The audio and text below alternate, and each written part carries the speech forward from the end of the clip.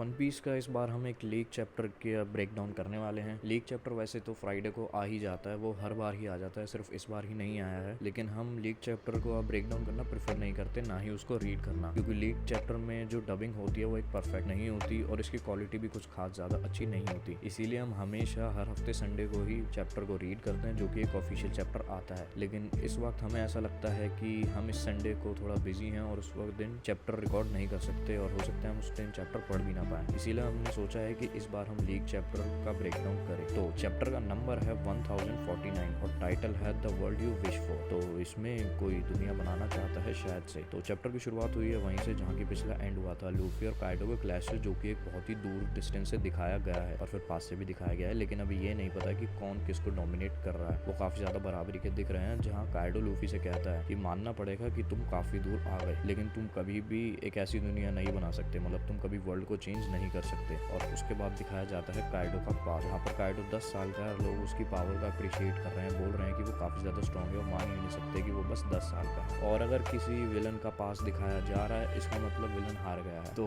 ये चीज मैं पहले ही, मतलब मैं पहले चैप्टर रीड कर चुका हूँ, लेकिन मैं फिर भी कह देता हूँ, ये पास मुझे देख एहसास हो गया था काइडो इस चैप्टर में हार जाएगा या फिर अगले चैप्टर में हार जाएगा, क्योंकि पास तो तभी दिखाया जाता है। तो उसके आगे दिखाते हैं 46 years ago the kingdom of vodka में, जहाँ के लोग बात कर रहे होते हैं कि हमें वॉर करनी पड़ेगी सेलेस्टियल ड्रैगन को ट्रिब्यूट पे करने के लिए, ताकि वो वॉर में से जो लूट है उससे ट्रिब्यूट पे कर सके। जहाँ काइडो कहता है कि हमें सेलेस्टियल ड्रैगन हमारे बॉस क्यों है, हम उनके ऑर्डर्स फॉलो करें, क्यों करें। और आगे दिखाया जाता है काइडो को 10 साल की उम्र में या फिर 15 साल, जितनी भी उसकी उम्र है, मेरे ख्याल से 10 साल होनी चाहिए, ये उसको चेन से बांध कर सेलेस्टियल ड्रैगन के सामने पेश करा गया है और उससे बोला है नेवी ज्वाइन करने के लिए। लेकिन काइडो रिफ्यूज करता है कि मैं वर्ल्ड गवर्नमेंट का डॉग नहीं बनूंगा। और फिर उसके बाद वो उसको कैप्चर करके ले जाते हैं, मतलब किसी से कहते हैं कि तुम हमें काइडो हैंड ओवर कर दो और तुम्हें एक रिवरी की सीट मिल जाएगी। काइडो जहाँ पर गुस्से में कहता है मैं एक पॉलिटिकल बार्गेन शिप नहीं हूँ। और आगे दिखाते हैं एक मरीन की शिप जा रही है जिसमें से काइडो एस्केप हो चुका है। वहाँ पर एक मरीन कहता है कि हमने काइडो को पहले ही पकड़ा है। तो वहाँ पर बताया जाता है कि काइडो जब भूखा होता है तो वो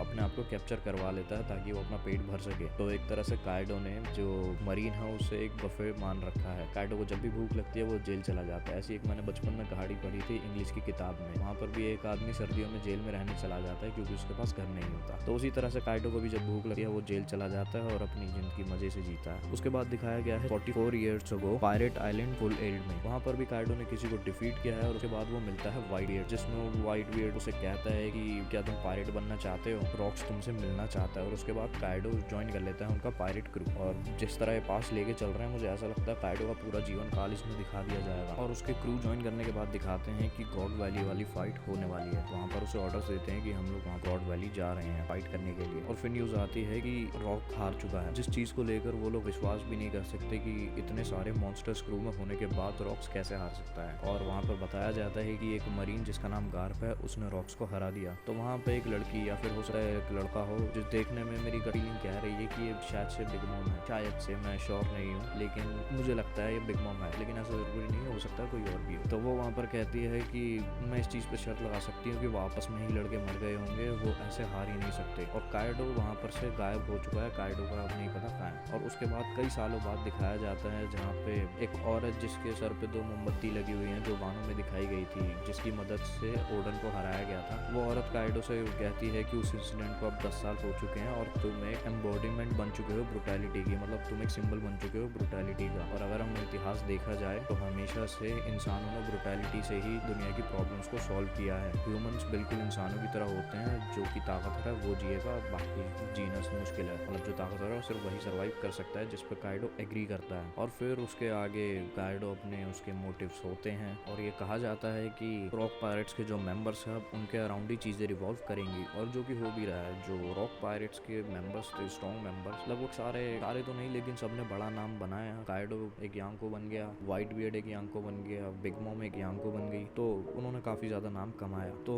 आगे उसने जो बुढ़िया है उसने कहा कि weapon shape the world we live in, मतलब हथियारों के द्वारा ही तुम एक वर्ल्ड को बना सकते हो। और उसके बाद काइडो अपनी जो क्रू है उनके आगे भाषण देता है, जिसमें वो कहता है कि हम उन नोबल्स को दिखा देंगे, वो जो शांति प्रिय नोबल्स हैं, वॉर क्या होती है। मतलब काइडो भी सेलेस्टियल ड्रैगन से शायद से फाइट करना चाहता है, उन्हें डिफीट करना चाहता है। मतलब काइडो शायद से पहले कभी अच्छा इंसान होगा या फिर उसके भी मोटिव पीस हो, अच्छा हो, इक्वालिटी हो, क्योंकि काइडो ने आगे कहा है कि एक ऐसी वो दुनिया बनाएगा जहाँ पे सारे लोग इक्वल हों। अब ये तो नहीं पता कि वो सच में अब भी बनाना चाहता है या नहीं, क्योंकि जिस टाइम वो किंग से मिला था उस टाइम भी उसने यही कहा था कि वो वर्ल्ड को चेंज कर देगा। और आगे उसकी छोटी सी कन्वर्सेशन दिखाई जाती है किंग से, जिसमें वो कहता है कि यामाटो ने जॉय बॉय का मेंशन किया था। मुझे नहीं पता कि यामाटो को उसके बारे में कैसा पता, लेकिन जॉय बॉय वही इंसान है ना जिसका तुम इंतजार कर रहे हो किंग। तो क्या तुम जानते हो कि जॉय बॉय कौन है? और ऑब्वियसली किंग जानता ही होगा कि जॉय बॉय कौन है, क्योंकि किंग भी इंतजार कर रहा है जॉय बॉय का। और मैं एक लीग चैप्टर की एक सबसे बुरी चीज़ आपको बताता हूँ कि लीग चैप्टर में जो बड़े पैनल्स होते हैं वो साइड से कट हो जाते हैं, उनके सिर्फ मिडिल पोर्शन दिखता है। तो जो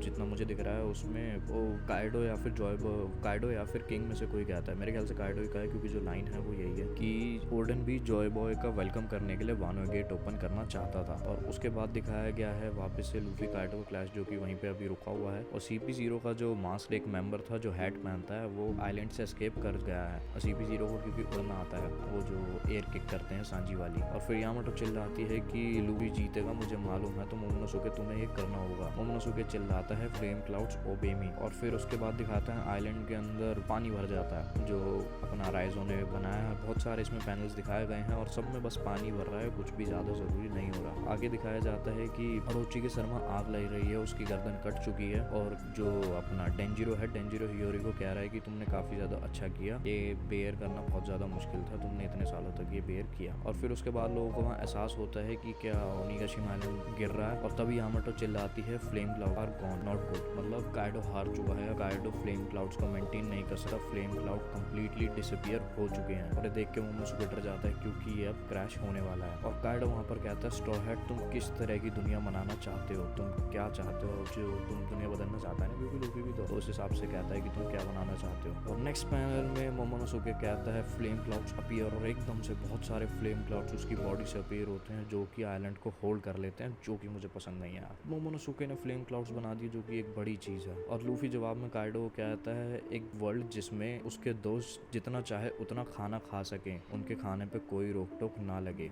और उसके बाद लूफी का ये बोलते वक्त पंच ज़्यादा पावरफुल हो जाता है और कहता है कि इस तरह की दुनिया में बनाना चाहता हूँ। और लूफी ने काइडो को ओवर पावर कर दिया। काइडो बहुत तेज़ी से जा रहा है ज़मीन की तरफ और काइडो शायद से फ्लावर कैपिटल में गिर जाता है या फिर वानो कंट्री के किसी पार्ट में, बल्कि अभी काइडो गिर ही रहा है। और फिर काइडो मन में सोच रहा होता है किंग से अपनी कन्वर्सेशन पुरानी, जिसमें वो कहता है, किंग कहता है कि हाँ उसे मालूम है वो कौन है, मुझे मालूम है वो कौन है। ये चीज़ काइडो ने कही है। काइडो कहता है कि जॉय बॉय वो इंसान है जो एक दिन उसे बीट कर देगा, अगर ये सच है तो किंग जैसे कहता है लेकिन मुझे लगता नहीं ऐसे कभी कोई इंसान अपीयर होगा। तो उसके बाद ओनिगाशिमा आइलैंड भी लैंड कर जाता है। मतलब ऐसे तो वो देखने में ऐसा ही लग रहा है कि उसने क्रैश किया है, लेकिन एक बहुत ही माइनर शॉक के साथ उसने क्रैश किया है, तो अंदर के लोगों को ज़्यादा नुकसान नहीं हुआ होगा। और मोमोनोसुके भी पूरी तरह से एग्जॉस्ट हो चुका है। और लास्ट पैनल में कुछ दिखाया गया है जो कि मेरे समझ नहीं आ रहा, शायद से वो काइडो हो या लूफी हो या मोमोनोसुके, कोई भी हो सकता है, मुझे नहीं पता ये क्या है। और यहीं हो जाता है चैप्टर खत्म। तो पहले काफ़ी सारे लोगों का डाउट था, सवाल था कि भाई काइडो को कैसे मालूम जॉय बॉय के बारे में, क्या काइडो को भी वन पीस के बारे में मालूम है? तो ये चीज़ क्लियर हो गई। जॉय बॉय का नाम उसे पता चला यामाटो से, और जॉय बॉय कौन था क्या था वो पता चला उसे किंग से, क्योंकि किंग एक एशियन स्पीसीज का मेंबर है। तो किंग हो सकता है इस चीज़ के बारे में मालूम हो कि जॉय बॉय कौन है, क्या है, किस लिए है, वगैरह वगैरह। तो यहाँ पे ये चीज़ क्लियर हो जाती है। और अब इस चैप्टर के बाद काफ़ी लोगों का सवाल उठेगा काइडो ने ये क्यों बोला कि जॉय बॉय इसी को हरा सकता है। तो मेरे हिसाब से ज़्यादा हाइप क्रिएट करने की ज़रूरत नहीं है, जो मुझे लगता है वो मैं आपको अभी बता देता हूँ। काइडो ने जॉय बॉय मुझे हराएगा इसलिए बोला। काइडो